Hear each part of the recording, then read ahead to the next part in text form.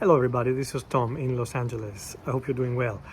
I've seen already some excitement for this upcoming Maybe Midrash event in May. I'm excited too.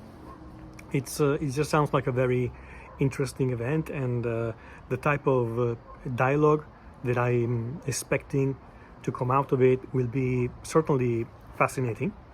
I've already seen some videos from people who have announced or presented their TBR list, and so I thought I'd do my short TBR. I have five books that I'm planning to read as part of this Maybe Midrash.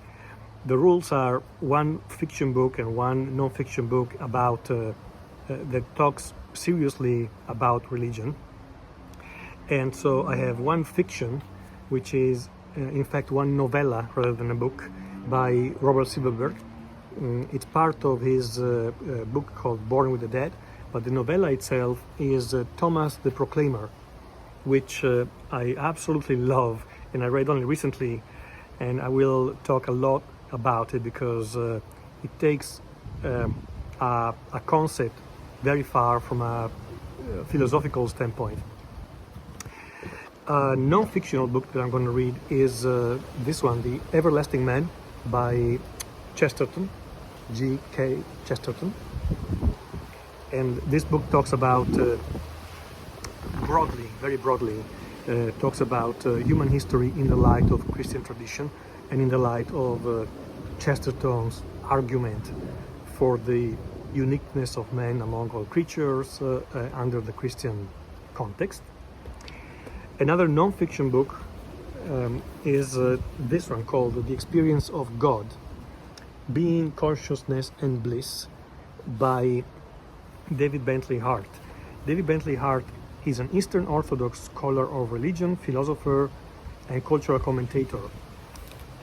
This book is about the basics of especially of what we mean not only in Christianity but outside of Christianity when we talk about God. The book, ranging broadly across Judaism, Christianity, Islam, Vedantic and Bhaktic Hinduism, Sikhism and Buddhism, Hart explores how the intellectual traditions of the world's sophisticated and self-critical philosophical schools treat humanity's knowledge of the divine mysteries. Sounds very interesting. So there's going to be a lot of from me about this one as well in terms of non-fiction. Then this is historical fiction by Louis de Wohl, and it's in this is the Italian version, but in English it's called The Quiet Light, and it's fundamentally a biography of St. Thomas Aquinas, including his thinking as well, his theology, and how he came to build it, what kind of facts and events in his life informed his own theology. The Quiet Light by Louis de Wohl. Very, very intrigued by this one. And the final one, fifth one, is a non-fiction again, and it's called Why God Won't Go Away. This is a peculiar book. I don't think is very well known at all, and it's written by Andrew Newberg. Andrew Newberg is a neuroscientist, and in Why God Won't Go Away, Newberg documents his pioneering explorations in the field of neurotheology, an emerging discipline dedicated to understanding the complex relationship between spirituality and the brain.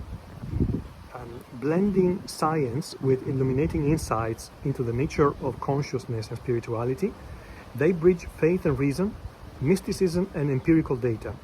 The neurological basis of how the brain identifies the real is nothing short of miraculous. And so I'm hoping that this is also going to be another very interesting book that can be used to spark useful conversations and dialogue. This particular book has been published in 2001, 2002. So something might be a little bit outdated, but I'm sure there is some great content in here as well. Thank you for listening. This is my TBR, and we'll speak in May.